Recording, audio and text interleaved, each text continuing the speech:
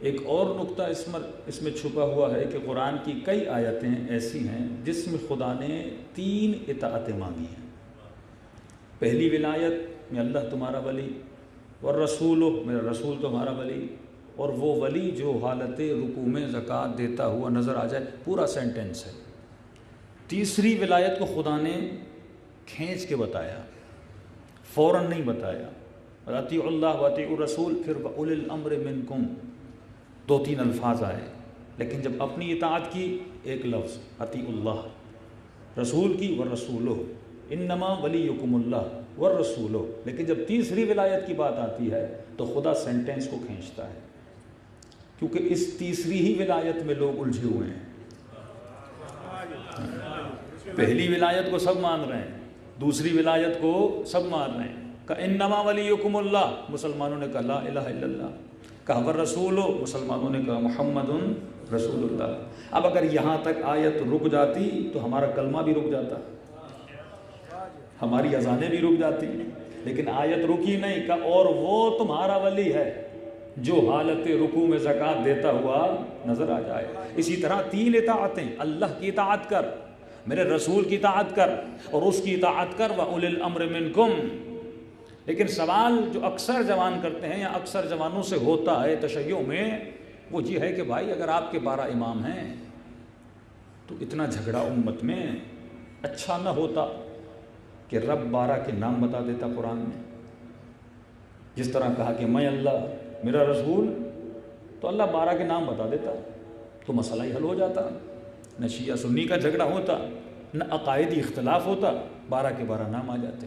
قرآن کی فصاحت و بلاغت کو سمجھیے، اللہ نے اپنا نام لیا، رسول کا نام لیا، لیکن جب تیسری اطاعت کی باری آئی تو نام نہیں لیا، صفت بتائی، نام نہیں لیا، صفت بتائی۔ مثلا آیت تطہیر آپ پڑھیں، انما یرید اللہ لیذھب عنکم الرجس اہل البیت ویطہرکم تطہیرا، صفت بتائی کہ اہل بیت رسول وہ ہیں، نہ وہ نجاست کے قریب جاتے ہیں نہ نجاست ان کے قریب آتی ہے۔ تیسرا ولی وہ ہے جو حالت رکوع میں زکوٰۃ دیتا ہوا نظر آ جاتا ہے۔ کیوں؟ کیونکہ علماء فرماتے ہیں نام رکھنا آسان ہے، صفت کو اپنانا بڑا مشکل ہے۔ اس مجمع میں کئی لوگ ہوں گے جن کا نام علی ہوگا، لیکن علی جیسا کردار بنانا بڑا مشکل ہے۔ کئی لوگ ہوں گے جن کا نام محمد ہوگا، لیکن محمد جیسا بننا بڑا مشکل ہے۔ کئی لوگ ہوں گے جن کا نام سخی ماں باپ نے رکھا، لیکن سخی بننا بڑا مشکل ہے۔ کئی لوگ ہیں جن کا نام شیر علی ہوتا ہے، لیکن نام شیر رکھنے سے کوئی شیر نہیں بنتا، نام اسد رکھنے سے کوئی اسد نہیں بنتا۔ تو اللہ نے کہا اگر میں نام دیتا تو دشمن اہل بیت اپنے بچوں کے نام وہی رکھ لیتے،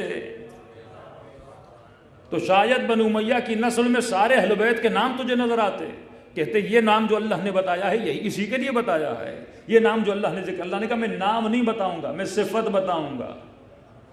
صفت کو پیدا کرنا بڑا مشکل ہے، اور صفت یہ ہے کہ نہ رجس ان کے قریب جاتا ہے نہ یہ رجس کے قریب جاتے ہیں۔ اب جا کر ایسے اہل بیت کو تلاش کرنا جنہوں نے کبھی کسی بت کو سجدہ نہ کیا ہو۔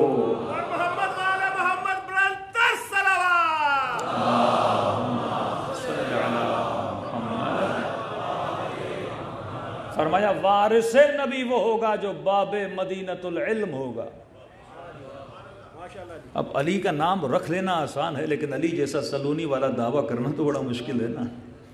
صفت کو پیدا کرنا بڑا مشکل ہے، کتنی بھی دنیا کوشش کر لے لیکن علم امامت کو اپنے پاس تو نہیں رکھ سکتی نا۔ کتنی بھی دنیا نام رکھ لے لیکن امیر المؤمنین جیسا علم تو کسی کے وجود میں نہیں آ سکتا نا، زہد تو کسی کے وجود میں نہیں آ سکتا نا۔ تو اللہ نے کہا میں صفت بتاؤں گا، تم صفات سے پہچاننا کہ اہل بیت رسول کون ہیں۔ حسین اپنی صفات بتا کر گئے کہ یہ الہی کردار ہے، اور یزید اپنی صفات بتا کر گیا کہ یہ شیطانی کردار ہے۔ اب فیصلہ تمہارے اوپر ہے، کیونکہ سب سے مضبوط ترین جو پہچان ہوتی ہے وہ صفت کی پہچان ہوتی ہے۔ انبیاء ما قبل کو دیکھ لیں، تورات ہو انجیل ہو، خدا نے ہمیشہ صفت بتائیں۔ خود تورات میں لکھا ہوا ہے، خود انجیل میں لکھا ہوا ہے کہ جو آنے والا نبی ہوگا وہ اپنی مرضی سے کچھ بھی نہیں کہے گا، وہی کہے گا جو مرضی الہی کہے گی. اس کے اندر صفت امانت ہوگی, وہ امین ہوگا. اب پورے مکے میں ڈھونڈ لیں, محمد کے علاوہ کوئی اور امین ملتا نہیں ہے. کافر ہو کر بھی محمد کو امین مان رہا ہے, کیونکہ نام سے زیادہ صفت انسان کی پہچان کرواتی ہے. صلوات پڑھے محمد و آل محمد.